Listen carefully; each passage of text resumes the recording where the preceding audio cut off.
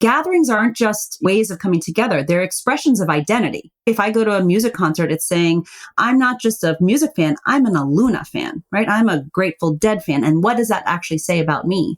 And I think when you actually have a musician or an artist or a tennis player or a baseball team, that becomes an expression of identity that's across classes, which we have hundreds of examples of over the last century. That is how you make sure that we still have a lively commons.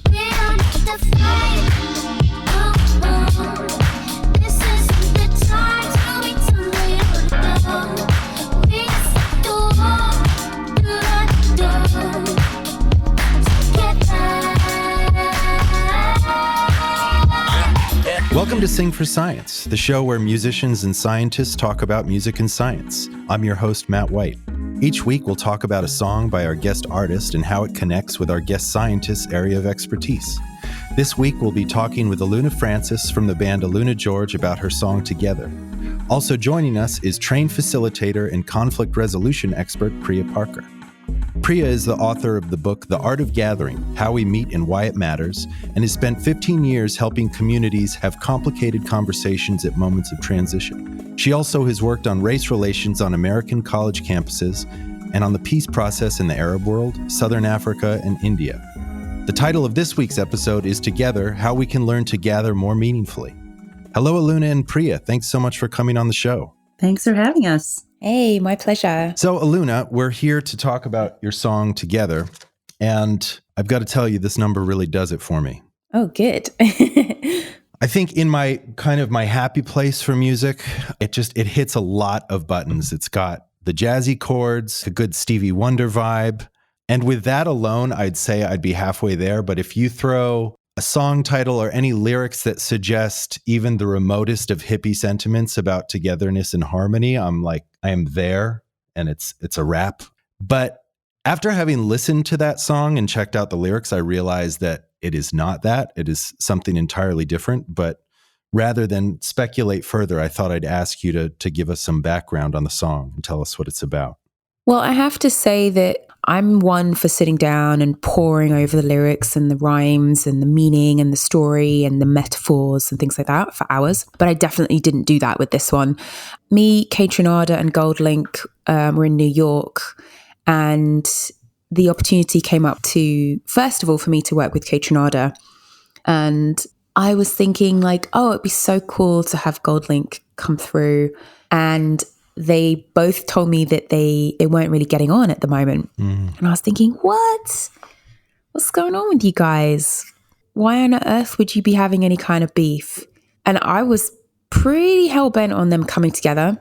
So I think that that's where the lyrics actually came from for my part, because I have to say it's not a subject that I find easy to write about, and I don't write about it very often.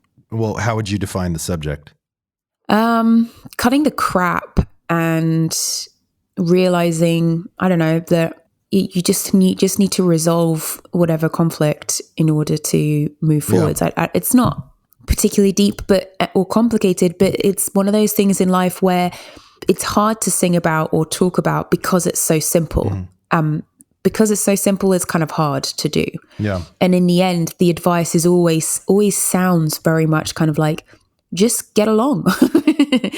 Yeah. But it's a feeling. It's often a feeling that gets you there. So the music, I think, is what really tells that story. I think it's a simple sentiment, but it's also a profound one, because it's about the importance of showing up, or to borrow from the 12-step vernacular, faking it till you make it. Mm-hmm. Yeah.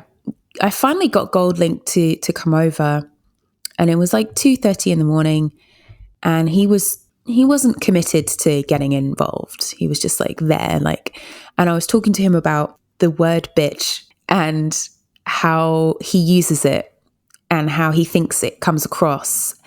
And I think at the time I was in a place where I was trying to understand hip hop lyrics. It was really the height of trap music, which is very misogynistic and very violent.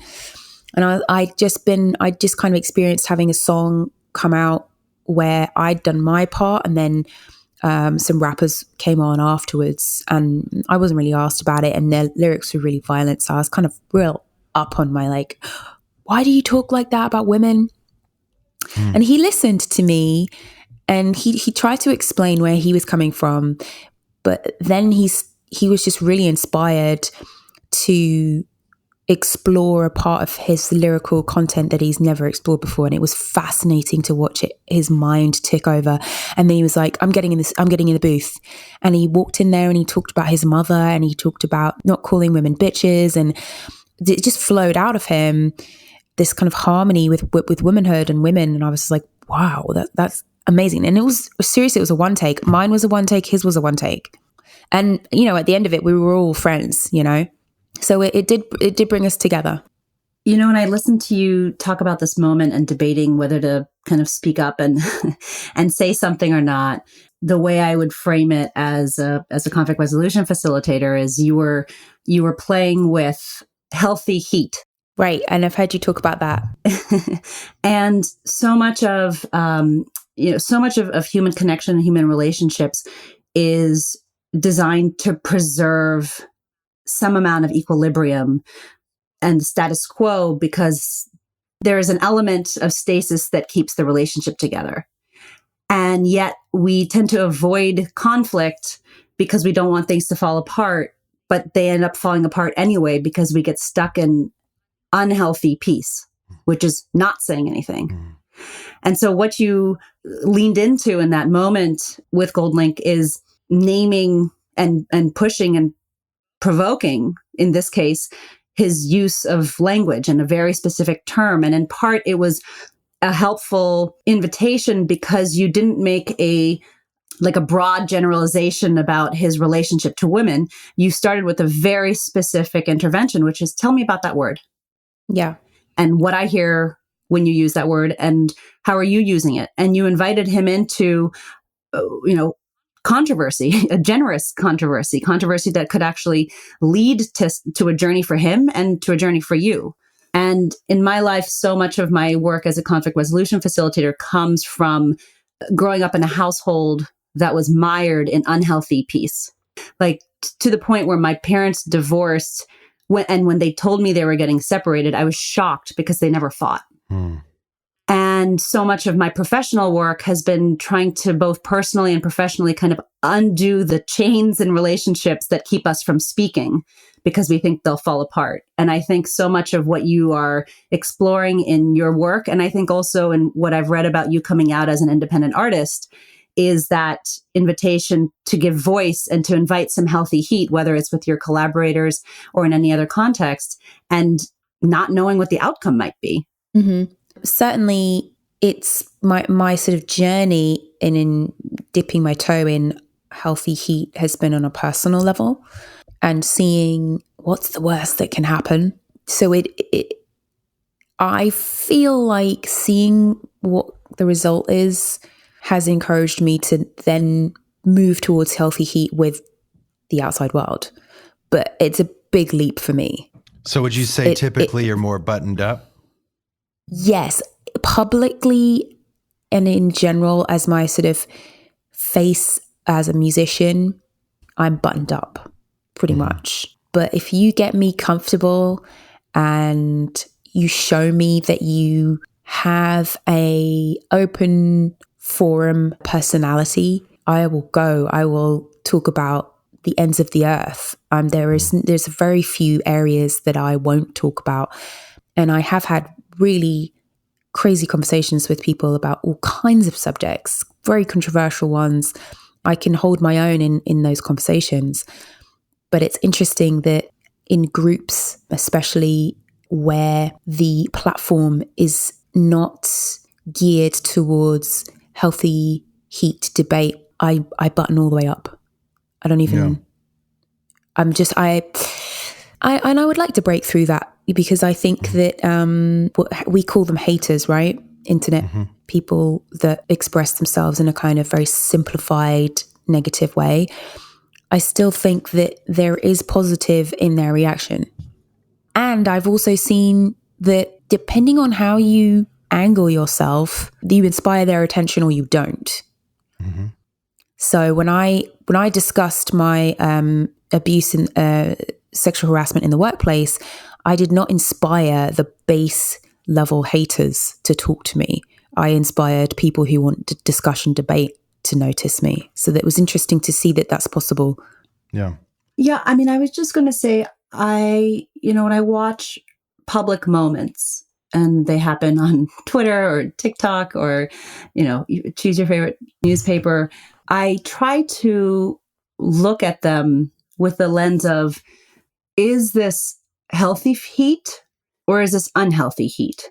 Is this what I call generative or generous controversy? Does this help us look at something in a new light? Does this argument or does this battle help us not only look at these two people battling it out, but look at our own relationship to what they're battling over? Or is it simply controversy for controversy's sake? Yeah. When I say generous heat or generative heat, and Aluna talking to Gold Link and saying, hey, what's your, why are you using the word bitch? Tell me more about that. Yes, that's a conversation between these two artists. But the reason it's generative, meaning it can lead to something else, not only in Gold Link evolving, but in all of us, is because they become proxies or vessels for a conversation that we are all trying to figure out in our own worlds. What does language mean? Can it mean something in a different context if you hear it versus I hear it? Who can use certain words and who can't? Is it misogynistic or is it reclaiming? Like all of these words, we don't have to necessarily be part of the argument, meaning our actual words to be part of the argument, if you see what I'm saying. Their argument is almost in service of all of us trying to figure out where do we stand and how am I in my communities and what is okay to use. One of the things I notice happening with a lot of these public conversations is that the intention of an individual who perhaps tries to spark healthy debate eventually and almost inevitably turns to them saying, everyone has been mean to me since I spoke up. They've been critical, they've been abusive, they've, to the basically the most extreme linguistic behavior on the internet.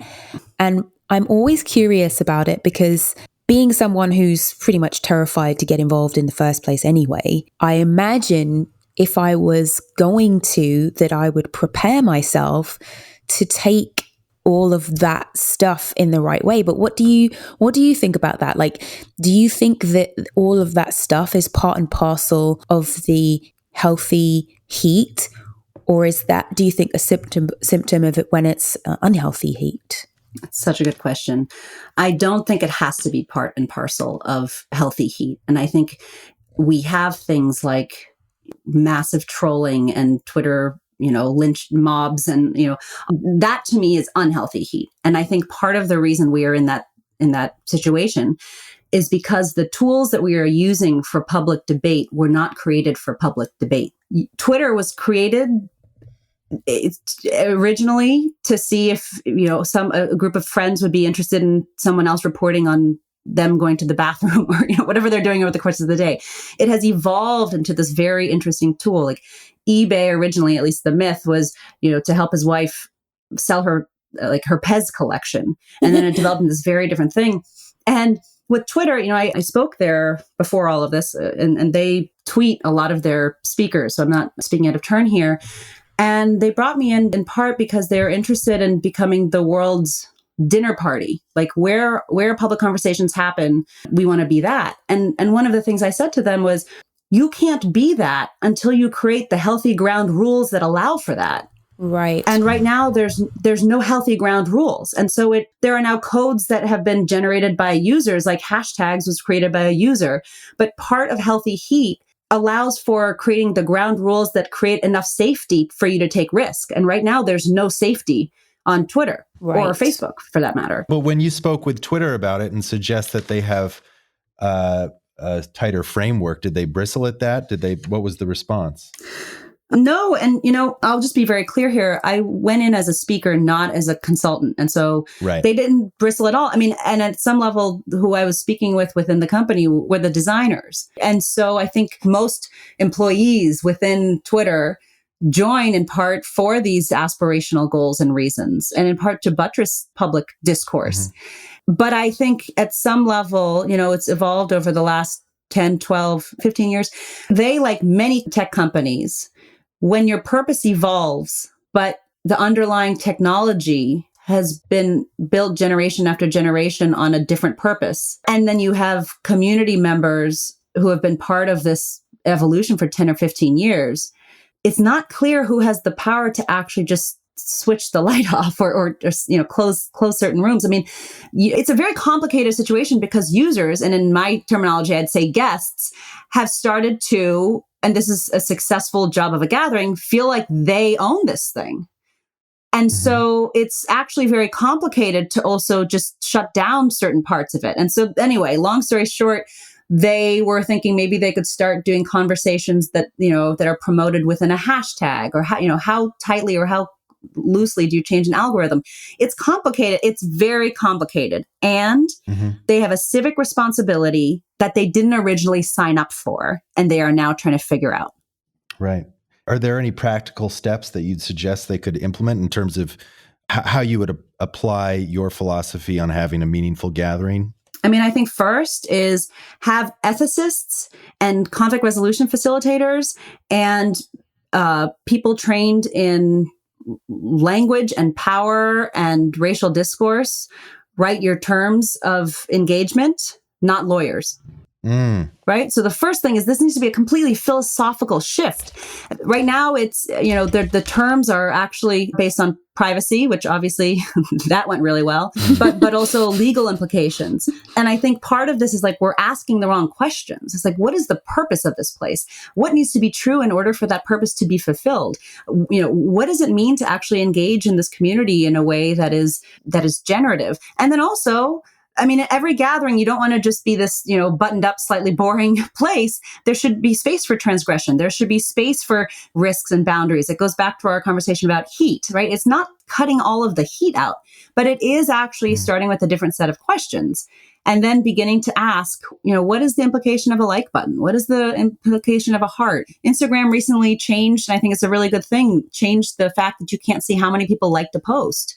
Now, if it's over 1,000, it just says thousands of likes, right? They're trying to change the clickbait a bit, but everybody's catching up because the people who started these companies don't necessarily have a power lens or a community lens. They have an engineer and a design lens, and you need both. I have a question. Yeah. How have you been thinking about some of the rules of protection that you discussed that maybe are possible in specific scenarios, like how to kind of almost spread that further into the online gathering world? Do you feel like some things are quite adaptable and could be applied to more public-facing platforms? Maybe the idea of a safe public space, given the nature of the technologies that we now all have, is a dead idea. Maybe. I don't know. Or just that it's very difficult to create a common set of ground rules when you're a participant, right? So just stepping back in terms of just kind of gathering language, or when we think about creating an intervention or a community dialogue between two parties, there's always a host. Right. And the host could be an organization with a lot of credibility. It could be two leaders within two communities that have a lot of credibility, but there's always a host. And the host needs to have legitimacy, meaning that everybody participating says, yes, I agree. They're legitimate. If they're in, I'm in, or they have buy-in to the purpose. And then those hosts, whoever has legitimacy, can create the ground rules, right? Which is, these are the preconditions. If you're going to talk about, you can't, we're not going to use this type of language, or it needs to be on neutral territory. It can't be in the NFL offices. It can't be in the, whatever the terms are. In a public conversation, the way Twitter and Facebook have kind of emerged, it's unclear who the hosts are. So it's, for anybody stepping out, they're a participant in the public conversation. They're not the host. So at some level, you can't create ground rules as a participant, right? You don't have the legitimacy. People have to agree to your ground rules, which is, I think, what Twitter and Facebook are struggling with. And they don't want to tighten it too much. But I think that there's different appropriate conversations in different contexts. But that should not happen on Twitter, right? So for every gathering, you have to figure out, for every concert, you have to figure out, for every intervention, you have to figure out, Why are we doing this? Who is this for? What platform should it happen on? And what are the terms of the debate? Yeah. So I would imagine that a lot of people are reaching out to you right now to get your take on how we adapt to our current situation with the pandemic. And in the context of what we're just talking about, I want to know, this is a very broad question, but do you have more or less fear for the health of our democracy as you see how we are evolving to interact right now? And how things are, we're forced to be online, and all it's all happening so fast. At this moment, I have more fear. I think that one of the fundamental elements of democracy is voting, and in getting voting participation up. And well before the virus, there were all sorts of initiatives to increase voter participation. And now with voting, particularly in this general election, but primaries being canceled or not canceled, and people having to hold two values, which is citizenship and their health, is a terrible thing. And so, I personally think mail-in voting is going to be a very important, potentially permanent fix, but definitely temporary fix. But I also think it's very difficult to organize if you can't assemble. In dictatorships, the first freedom they take is the right to assemble, in part because things happen when you assemble. Mm-hmm. And so I think some of the most interesting conversations that I've been listening to is how do you organize when you can't be together? And there is historical precedent for this. The Howard Dean campaign showed us years ago this could happen. The first term of the Obama election showed us that actually there's a lot of power in online organizing. So it's not that we don't know how to do it, but I do worry about the physical implications of not being able to gather in the ways that we were able to pre-virus. Yeah. The result of what you're talking about, of having meaningful gatherings, is so clear. As we want to bring people together. Things are so polarized, and the situation is so dire that we need to do everything we can. And that seems very possible to me in a world where there are different cultures. But when it comes to bridging class divides, income inequality, that's where I personally would feel at a loss as to how we approach that, how you bring people together from very different income groups. Here we are 4 years into Trump's presidency, and income gap continues to grow wider. Based on your expertise, what can we do? Reinvest in public spaces. Reinvest in public parks, in libraries, reinvest in the places to make them so beautiful that regardless of your income, you want to be there, and that you brush shoulders, or, in a post-corona world, brush 6 feet apart from each other. And also that we already know how to do that. I think concerts are, and again, ticket prices matter also for concerts. Bruce Springsteen concerts are this sort of, I think, Dolly Parton concerts are the epitome of breaking down class. I think also soccer, right? The World Cup, sports, these kind of massive public gatherings. Gatherings aren't just, ways of coming together. They're expressions of identity. And these events, as much as possible, one is investing in public infrastructure and public spaces, and not the privatization of all of these places and spaces. And then the second is from the economic side, from the business side, is to think very radically about ticket prices, and about, Amanda Palmer thinks very deeply about stuff like this. Amy Whitaker in the art space talks about giving artists fractional equity, which is if you sell a piece of art and it increases in its price, the artist gets the percentage of the increase, not just the price at the sale, right? Like, we already have examples of how to deeply think about equity economics, but we need to start putting it into the mainstream element of our capitalist convening places. Yeah. So I would like to get some basic definitions from you, Priya. In your book, you talk a lot about what makes a gathering meaningful, what makes an exchange meaningful. And earlier we were talking about when conversation and discourse is public, that it becomes performative. When we have this kind of outmoded form of conversation where we're on autopilot, we're having chit chat, killing time. Is it fair to say that is performative as well? Does that serve no real meaningful purpose?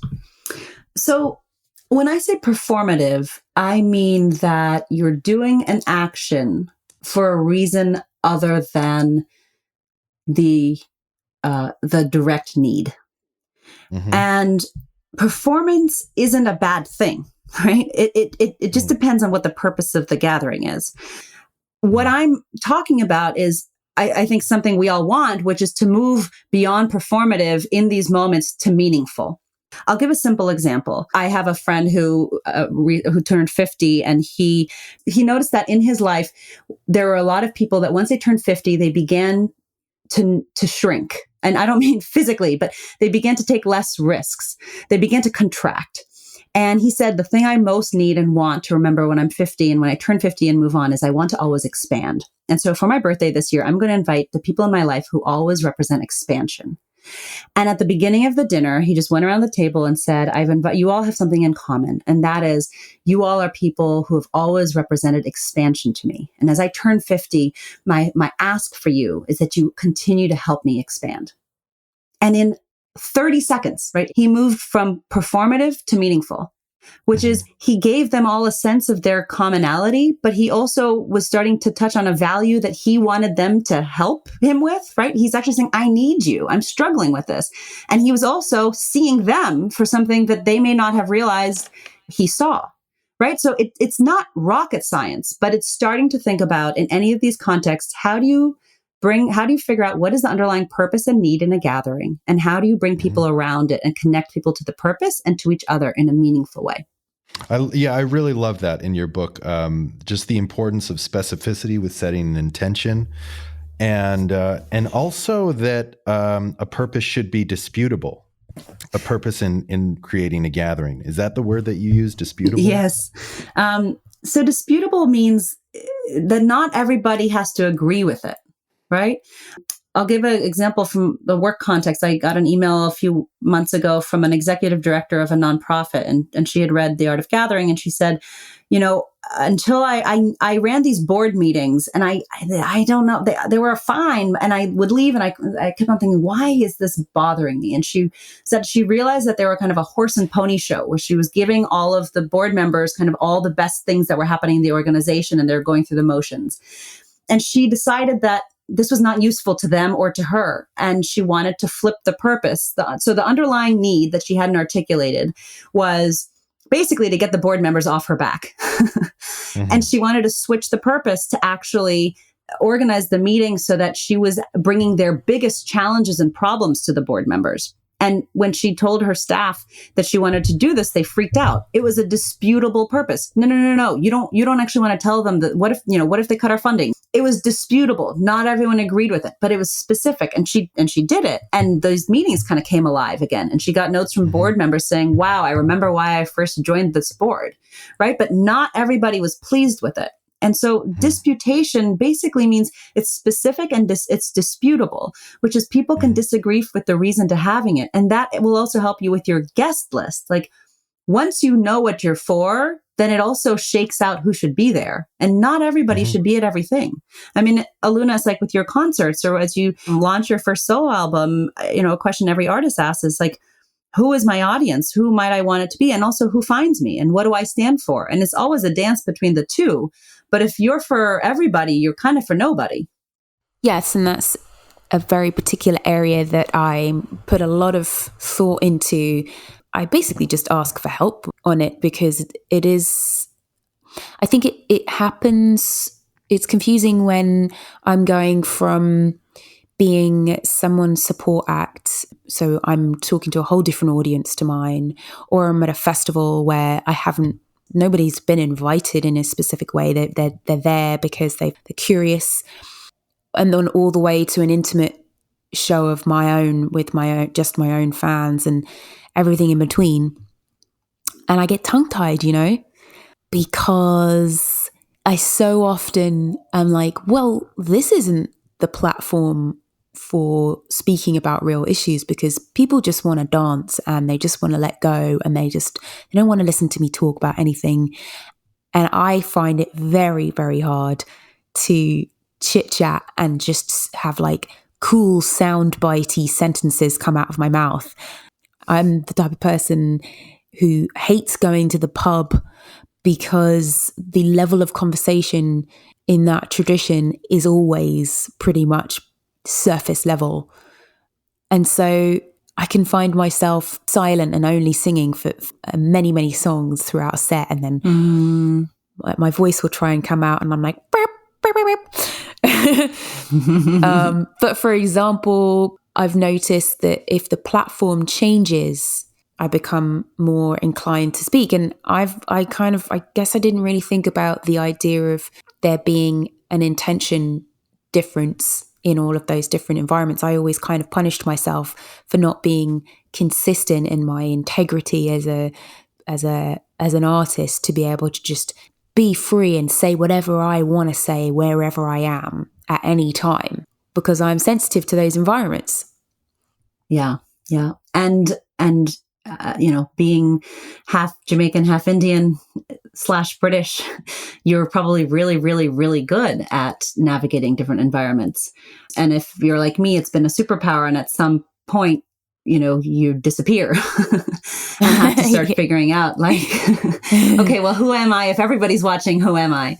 I remember my wedding, part of me was terrified because it was the first time that all sets of my parents and all of their opposite religious beliefs and political beliefs would be in the same room. And so I had to figure out what I had to say the same sentence because everyone was going to watch it. My husband used to tease me. I didn't realize it when I would go to one house and somebody sneezed, I'd say, bless you. And in another, and then the other house, somebody sneezed, I'd say, God bless you. And I don't even realize it. And I think I would just say a couple of things as you navigate this, if it's helpful in any way. I think the first is, don't worry about kind of, again, being political for political sake, quote unquote. Perhaps just start and practicing your voice. And I can relate to having my voice shake if I'm in a public context. The first few times is just practice for every song or every 2 songs, practice stepping into the mic and just giving a 1 minute story about yourself or your life or the history of that song. And just wrap meaning and wrap context around the song. So like even what you said at the beginning of our conversation about the bitch conversation, to say that right before the Together song, to give a history. So don't worry so much about trying to like be provocative. And that's when I say again, I don't even, controversy for controversy's sake is not helpful, right? It's clickbait. It's conversational clickbait. Start with just trying to connect with your audience to help them understand the journey to that song. And the journey to that song is going to be the journey through you and through the conversations that you were a part of. And just start there. And then I think the second, have you heard the Dolly Parton podcast? No. So Right. I'm going to send it to you. It's amazing. Matt, have you listened to it? I have. Yeah, it's great. So it is a beautiful episode, a series on Dolly Parton.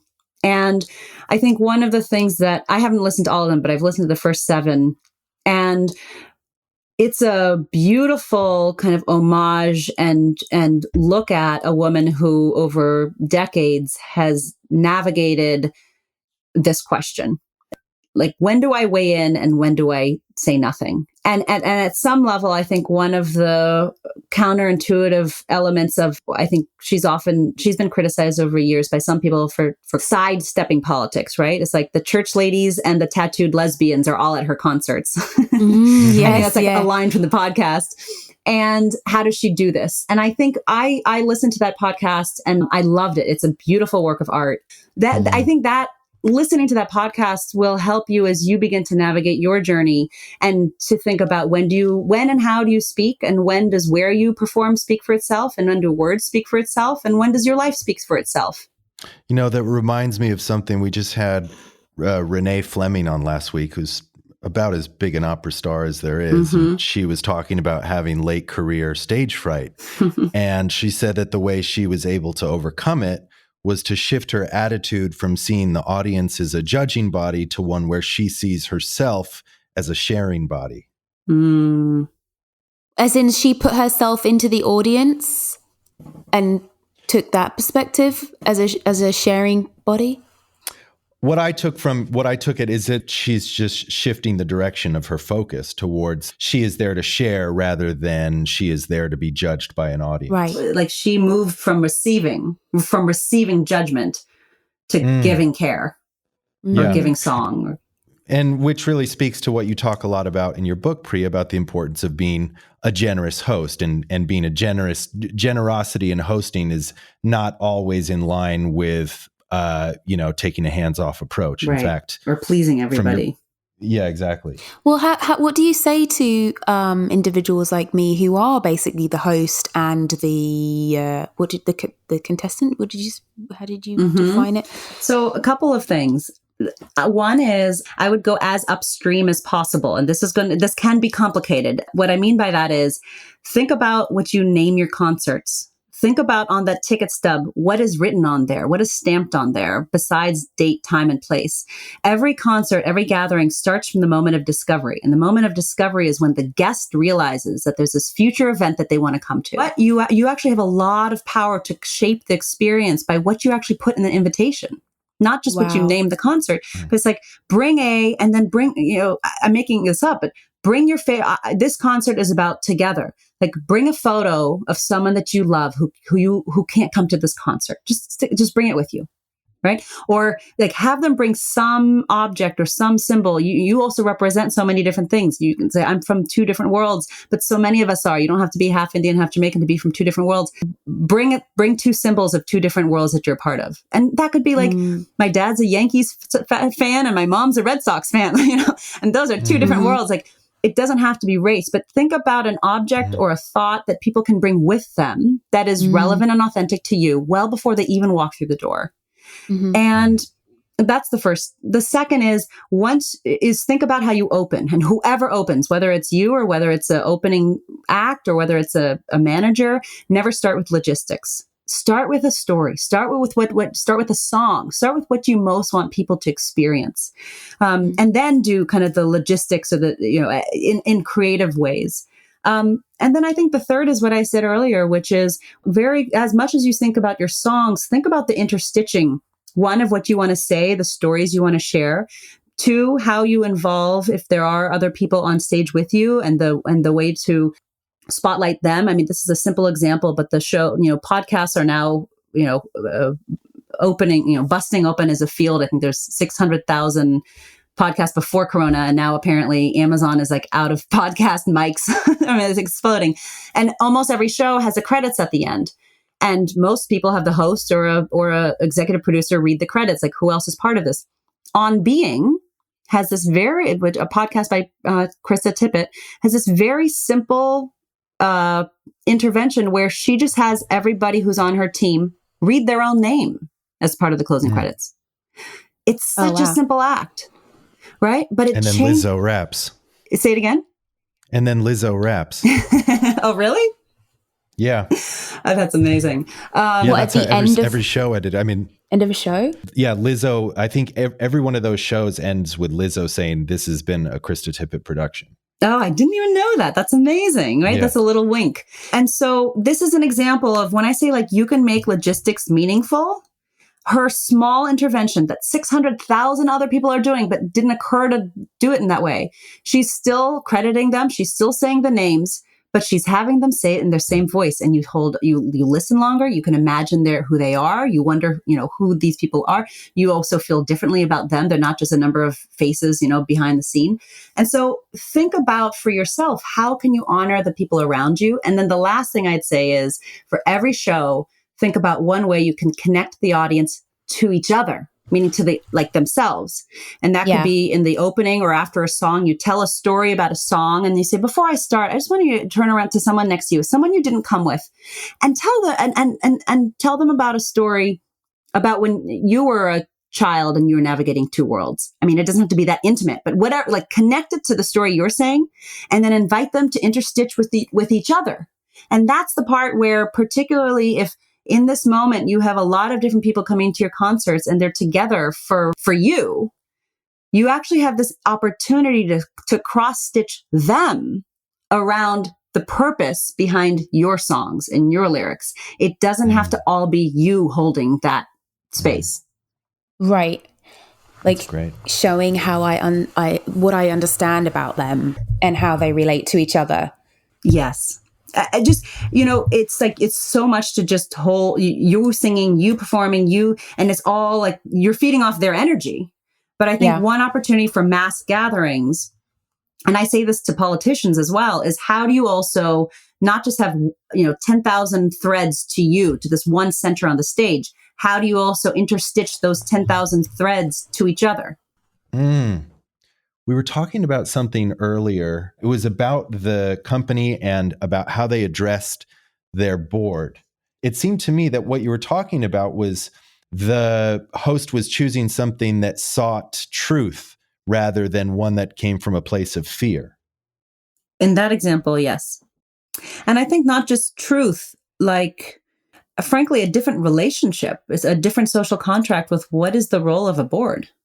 To me, it would just seem that would be always the path to take, one that's going to reveal the greater truth about the relationship. And I think that for my money anyway, reading your book, like the point of letting these outmoded forms of interaction die out is because they're letting stagnant relationships stick around longer than they should. I mean, I think it depends on the context. I'm not an expert on this. I think somebody who has written very beautifully and has continued writing about when is it helpful to be truthful and when is it helpful to obfuscate is Philip Gorovich. And he's a writer. He wrote, "We wish to inform you that tomorrow we will be killed along with our families." And he's continued to write about Rwanda for many, many, many years. And I think, it like everything, it depends on the context as to when is it, how much is kind of brutal truth and telling somebody everything they think about them versus what is actually, what is social cohesion in a diverse society. And frankly, the deeper, questions that what is now called political correctness is bringing up, which is how, depending on the relationship and depending on the goals and the purpose, what level of communication, of transparency, of vulnerability is appropriate. And if you only have one matter of speaking, which is kind of bearing your soul vulnerability, it actually also limits the type of relationships you can have in a public sphere. And what's your take on how we've moved as a culture to embrace vulnerability? I mean, I think in terms of, vulnerability and intimacy are deeply intertwined. And the writer and researcher, Brene Brown, I think it'd be fair to largely credit to kind of bring this word into the kind of the mainstream kind of cultural ethos over the last, 5 or 6 years since her TEDx talk went viral and all of her books since then. And I think vulnerability is a very powerful element in intimacy and for connection. And in certain contexts, intimacy and connection is inappropriate. When systems of power are deeply imbalanced in a workplace, if you're trying to create a gathering to temporarily equalize everybody and you have the CEO ask an intern, to be more vulnerable, depending on the context, that may not be appropriate. And so I think like everything, it depends on the context. I think that it's really powerful to see vulnerability as a strength, particularly in terms of leadership and asking the powerful to be vulnerable, I think is a huge gift and a huge shift in our perception of leadership. Asking the weak to be vulnerable or to think to ask to be vulnerable, it is appropriate across different contexts, I think is very dangerous. Yeah, I hear that. Well, thank you. I really appreciate you coming on for this. Such a fun show. Thanks for having me. Aluna, lovely to meet you. I'll send you if Matt can connect us, I'll send you the Dolly Parton podcast. I will. Please do. I would love that. I would love to stay in touch. Be sure to check out Aluna's debut solo album, Renaissance, and go to priyaparker.com to keep up with all things Priya Parker. Sing for Science is co-produced with The Talk House, and our music is by Italian artist Panoram. Special thanks to Frank Woodworth, Nora Keller, Rhett Sword, Ottavio Media, and TCB Public Relations for helping make today's episode possible. If you like what you heard, check out our other episodes and subscribe to the show. Thanks for listening.